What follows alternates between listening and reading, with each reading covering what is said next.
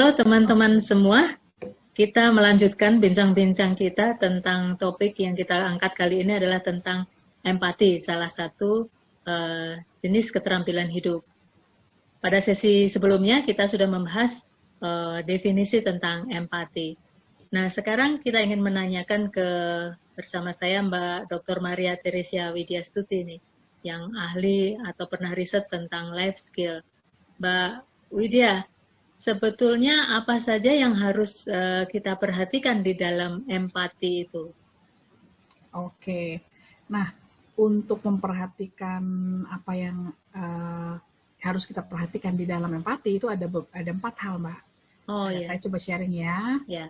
Oke, jadi ada 4 hal yang harus kita perhatikan untuk memahami empati itu. Nah, ini kita sebut dengan peta empati atau empathy map.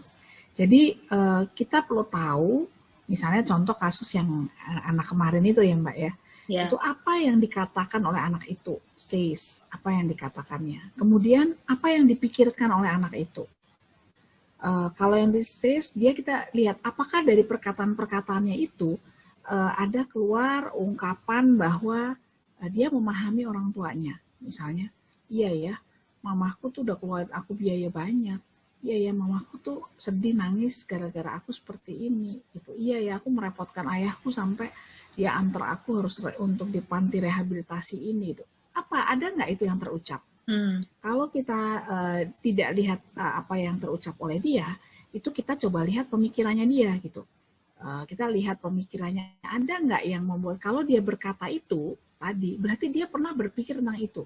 Dia berpikir bahwa orang tuanya menjadi sangat repot gara-gara dia. Gitu. Nah, itu terkeluar lewat apa yang dikatakannya. Gitu. Nah, terus kemudian keluar pula lewat tindakannya. Gitu. Tindakannya dia menjadi, oke, aku harus benar-benar lakukan yang namanya tidak merepotkan orang tua, aku harus benar-benar jalani rehabilitasi ini dengan baik gitu. Kemudian apa yang feelingnya anak itu? Apakah anak itu juga merasakan sedih seperti yang dirasakan orang tuanya? Atau plain aja gitu. Nah itu yang harus kita lihat. Jadi ada feel, perasaannya, ada think, apa yang dipikirkan, ada yang dikatakannya, dan akhirnya apa tindakannya dia. Nah itu yang perlu kita lihat. Di empati itu nggak bisa hanya satu aja, say aja. Karena kalau saya aja, apakah think-nya sesuai nggak gitu? Dia konsisten nggak antara pikiran dan perkataannya dia gitu. Nah itu yang perlu kita cek. Nah mungkin ada yang lebih sedikit kompleks peta empatinya itu seperti ini. Ini untuk yang lebih lanjut lagi kalau misalnya seorang terapis atau apa menggunakan ini lebih kompleks lagi gitu. Dimana dia lihat think and feel-nya. Jadi waktu dia melihat, memetakan itu, pemikirannya dan rasanya seperti apa, gitu. Apakah dia ada ketakutan nggak? Kemudian dia punya sesuatu ketakutan nggak? Misalnya ketakutan orang tuanya bisa bayarin nggak ya? Uangnya habis nggak ya? Misalnya gitu. Kemudian ada hasrat nggak dia untuk memperbaiki ini tindakannya dia yang mendapatkan orang tuanya ini dengan dia menggunakan narkoba, misalnya seperti itu. Nah, itu kita lihat di think feel-nya. Kemudian kita lihat di C-nya, kita melihat lingkungannya dia. Lingkungannya itu seperti apa ya? Jangan-jangan memang lingkungannya dia itu adalah teman-teman yang memang semuanya narkoba terlibat. Dia mudah sekali gitu terlibat dalam hal itu. Udah dibawa pergi kemana, masih aja ada yang ngejar gitu.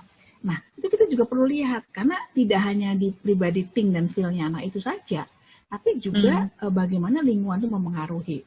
Nah, terus kemudian say and do-nya. Apa perkataannya dan do-nya. Kalau tadi kita di yang mapping awal, itu kan harus konsisten ya antara apa yang dipikirkan dengan perkataannya sama. Say and do-nya itu kita lihat di perilakunya dia, behavior-nya dia. Sikapnya gimana, attitude-nya gimana. Apakah dia tetap biasa saja, merasa nggak bersalah, atau dia ada rasa penyesalan yang tergambar gitu di perilakunya dia gitu, menyesal, minta maaf sama orang tuanya gitu ya, yang ditunjukkan ke semua orang yang ada yang melihat dia itu seperti apa gitu. Nah itu say and do. Kemudian baru kita melihat apa yang dia dengar, apa yang mempengaruhi dia tuh siapa aja gitu. Apakah dia terpengaruh karena buku, majalah, film, atau apa. Nah, itu kita lihat. Nah, ini untuk kita tahu. Jadi sebenarnya selain tahu dia berempati apa enggak, ini juga bisa dipakai untuk pola-pola latihan. Jadi kita melatih empati itu dengan think and feel-nya anak gitu. Dengan bagaimana membangun lingkungan untuk yang berempati. Bagaimana kita membangun say and do atau perkataan dan tindakan perilaku anak secara konsisten. Terus bagaimana kita mendengarkan pengaruh-pengaruh orang yang atau hal-hal yang bisa mempengaruhi anak itu gitu. Nah, ini bisa. Jadi ini kita bisa melihat untuk melakukan assessment apakah dia punya empati apa enggak, dan juga sebagai tools untuk latihan exercise. Karena seperti saya bilang di awal, empati itu bisa dilatih, diajarkan. Kira-kira sih seperti itu. Nanti di situ baru kita lihat apa keuntungannya, pain and gain-nya itu seperti apa. Itu tuh bisa, itu tahap berikutnya. Jadi ini tools yang bisa dipakai kira-kira seperti itu. Ini bisa dipakai nggak hanya oleh para terapis, psikolog gitu, enggak. Tapi orang tua pun dengan memahami map ini, itu dia bisa membantu anak melatih itu, apalagi kalau dari kecil gitu. Karena ada tahapan-tahapan perkembangan di mana anak itu bisa sebenarnya dilatih dari awal, dari dini sekali. Gitu. Ini biasanya dengan cara apa? Wawancara atau bagaimana misalnya cara mengetahui pikirannya dia? Itu dengan kita berdialog pada dia atau ada cara-cara khusus? Ada yang lain. Ada dua cara selain tes ya. Kalau misalnya dia masih bisa, karena kita nggak tahu kalau kondisinya dia itu memang sebagai yang narkoba, misalnya anak yang tadi case yang kita bahas itu masih bisa nggak dia melakukan tes, itu kita bisa lihat di situ. Kedua, interview dia.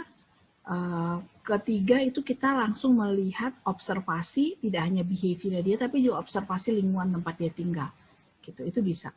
Jadi dia tes, kemudian jadi assessment ya, dengan alat-alat psikologi, terus kemudian kita interview, behavior interview khususnya karena kita mau lihat behaviornya dia.